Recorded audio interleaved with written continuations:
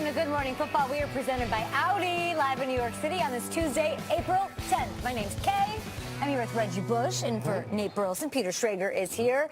And we've got Kyle Brandt, and I feel like there's like a energy in this studio right now. We just got a chance to talk to Joe Montana. Isn't that wild? Yes. That's football Jordan right there. Yeah, There's sometimes when we have certain guests where I'll look over more at Peter than Kyle, where Peter, you literally look like it's your birthday. Yeah. Like it's your birthday and you're 5 years old and it's like everything you've ever No wanted. offense to the draft prospects we bring through here. You ain't Joe Montana. Yeah, Joe Montana is a different close. kind of level, a different kind of energy. And when you say Joe Cool, did he not just like emanate just He's still calm, Joe Cool. He's still Joe Cool. Just calm. Yeah, the draft prospects, to compare Joe Montana, you're talking about like Babe Ruth and Mick Jagger, like outside of football. Yeah. That's JFK. You know what I mean? It's that type of deal. It's really cool. And the energy will continue because Jerome Bettis, another Hall of Famer Another in studio cool guy. as No well. doubt. So it's time for the lead block. Lead block. The Colts among the team starting off-season workouts just yesterday. And here is franchise quarterback Andrew Luck discussing his health. Take a listen. No, I've not picked up the Duke and started throwing it yet, and I don't want to skip steps. I'm trusting the process that I'm in right now very, very much. I'm trusting myself in this process, and when the time is right, I'll pick it up. There is a timetable, but I'm not going to share it with you guys.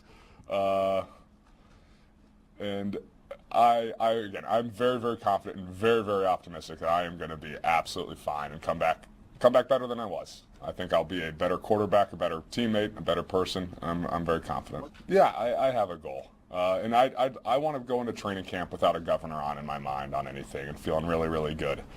So as far as participation in this offseason, we'll see what happens. I don't anticipate doing too much, or you guys seen me doing too much out there. But I really want to be ready for training camp without a governor on, if you will. We want you back too, Andrew Luck.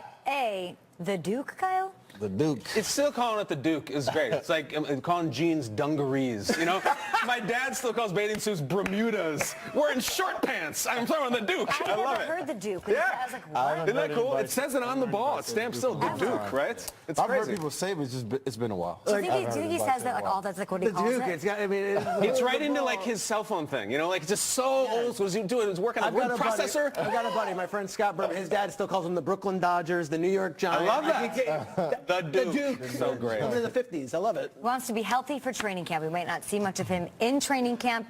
He's got goals for himself. He didn't really share too much, probably because that's what happened last year. 15 months removed from surgery, he has not thrown a football. But let's pretend everything works out the way it's supposed to, and he gets lucky, right? It's Andrew Luck. Everything's great. Andrew Luck gets Let's say lucky. he's healthy.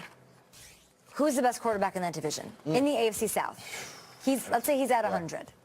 If he's at 100, then I have to go with Andrew Luck, just because based off of what I've seen before, what I've seen from him, his ability to be able to get the ball down the field. He's extremely competitive. Obviously, he can scramble, and he's just done a great job. And then he also has T.Y. Hilton, who's been an absolute beast since he stepped on that football field with the Colts. So, again, it's a big if. We're playing a huge if right now just because he hasn't thrown a football. And there's only about, 3 months to training camp? And that just worries me big time because the fact that hasn't been implemented into his workouts, into his training, and into his rehab process, that's an issue. Treggs, do we forget how good he is? Yes, like this is a guy who took the worst team in football to the playoffs in his first year, and then the second year took him to the divisional round, and the next year took him to the AFC Championship game. In the first 3 years of his career, they advanced every year to a further round. He beat Peyton Manning in Denver. Like, this is a guy who did it. Now, the thing is, thinking about those years feels like black and white right now. Yeah. Feels like talking about when Cheers and Roseanne were like, competing for the night.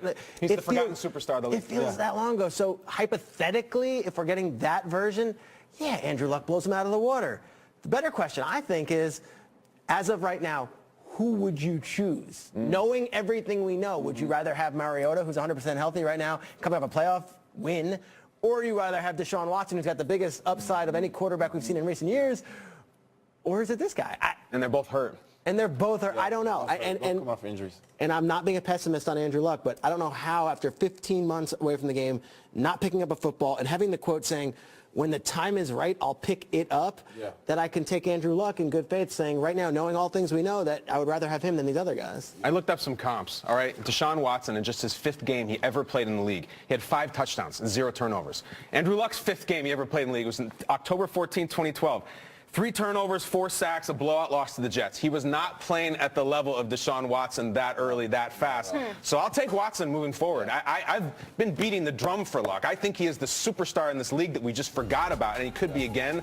But Deshaun Watson showed too much, too fast, and the Luck injury is just too weird. It's too weird. We still don't know what it is. We don't know. I refer to this injury as Blue Harvest. All right, Blue Harvest is when they were shooting Return of the Jedi in the early 80s, there was so much hype about it, and everyone wanted to learn all the information. They changed the name so no one would know what it was. They called it Blue Harvest. Right. We're saying, Andrew Luck's saying, I have a timetable, we're not going to give it to you. Last year, Chuck Pagano's head coach says, I haven't seen him throw a football. Now Luck says he's not throwing. We're in the Netherlands with wooden shoes, Peter. Blue Harvest, I don't know anything. They traded down. They don't want to take a quarterback that has to, indicate some level, a big level of trust in the fact that he will be there. And I think that they're being safe. They're walking all this back. It seems like it's black and white. It seems like he's this forgotten guy from 20 years ago because they kept saying, oh, we're almost there, we're almost there. And it was sort of we're led to believe he was optimistic himself. He took some of the onus on that, saying, I tried to do more than I could. So now I think it's more of a undersell, over-deliver. Like, we're not going to tell you guys what's going on, and probably I'll be ready to go and everything will be fine. But just in case there's another setback, we don't want to reveal everything now so the media goes nuts. I do respect this about it, though. If I'm a Colts fan, that's what I like.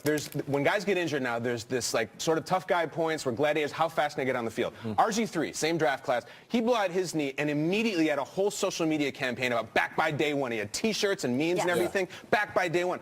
Luck is saying, to hell with that. I've done the back by day one thing before. It didn't work. I'm not giving you the timetable. I'm not skipping steps. Hopefully it's week 1, but you know what? Maybe it's not. And I actually respect that because he's not going for the style points. He's like, let's do this right. I don't care if it's week 10. I'm going to do it right. And I like that. Because then you wake up in the morning and you see your favorite rapper or artist drops an album overnight that you didn't even know about, and you're like, oh, and it's your favorite thing ever because you don't expect it to be coming, and that's what I hope Andrew Luck has in store for us. A rap album. No, I'm kidding. Peter, you reported that the Jets and Baker Mayfield, who's in town apparently, last night they had a big dinner in Jersey? Big dinner in Jersey at a steakhouse. I'll give you the town if everyone wants. Morristown, New Jersey. So Google steakhouses in Morristown. I don't know what that tells about their feeling for Baker Mayfield. But that was it. And look, the Jets' interest in Baker Mayfield is not just smoke and mirrors. That's legit. That's legit. So the 3rd overall pick, it seems awfully rich for a guy who earlier this month people weren't talking about in the top 5, top 10. Now they're talking that he's a possibility at the 3rd overall. Kyle's saying he ran an incredible campaign, that he could teach a masterclass on the pre-draft process, right? Who would you guys be more confident drafting? You're a GM of a team, any team, Josh Allen or Baker Mayfield? Well, if it's the Jets, this is interesting because Reg was talking about this yesterday.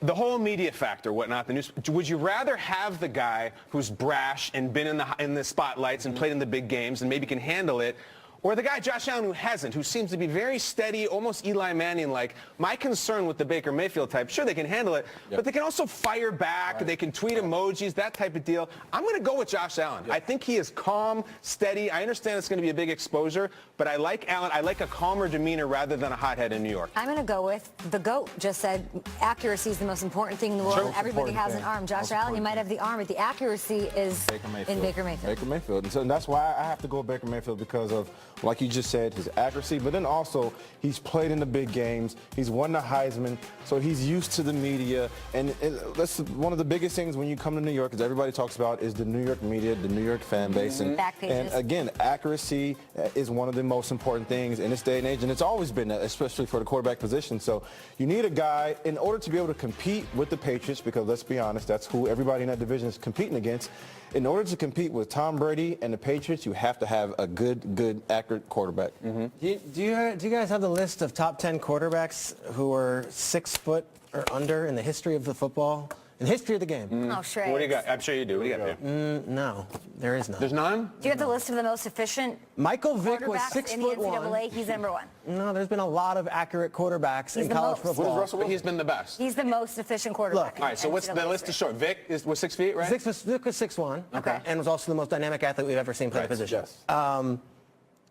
I would go with history on this, and I would go with the 6'4" guy who can throw the ball 80 yards when you're a cold weather team in the AFC. Accuracy is great when you're doing, boardwalk games and all that, and it's understandable that you want to have an efficient quarterback, and the Heisman does mean something. Apples to apples, just the history of the draft and the way quarterbacks work out. Drew Brees was a 2nd-round pick. Russell Wilson was a 3rd-round pick. There hasn't been that guy taken 3rd overall. I trust the history of the sport that you take the big, strong-arm guy over the undersized guy. Big and strong arm does not give you guaranteed accuracy. The guy who Just because played in he's the big. famous Idaho Potato Let's look Bowl at- instead of the college football playoff. You know what I mean? Rose Bowl, Orange Bowl. He isn't doing it on the boardwalk, but he was doing it on the biggest stage in the whole sport. I know. Look, I'm not. I could be convinced otherwise. We still got a couple of weeks. We do. I don't know. I go Josh Allen for now. Let's put a pull up at GMFB and see Put what some you guys respect do. on my guy's name, man. Baker? Has he DM'd you back? Has he respect on yours? So much. He respects you so much. He has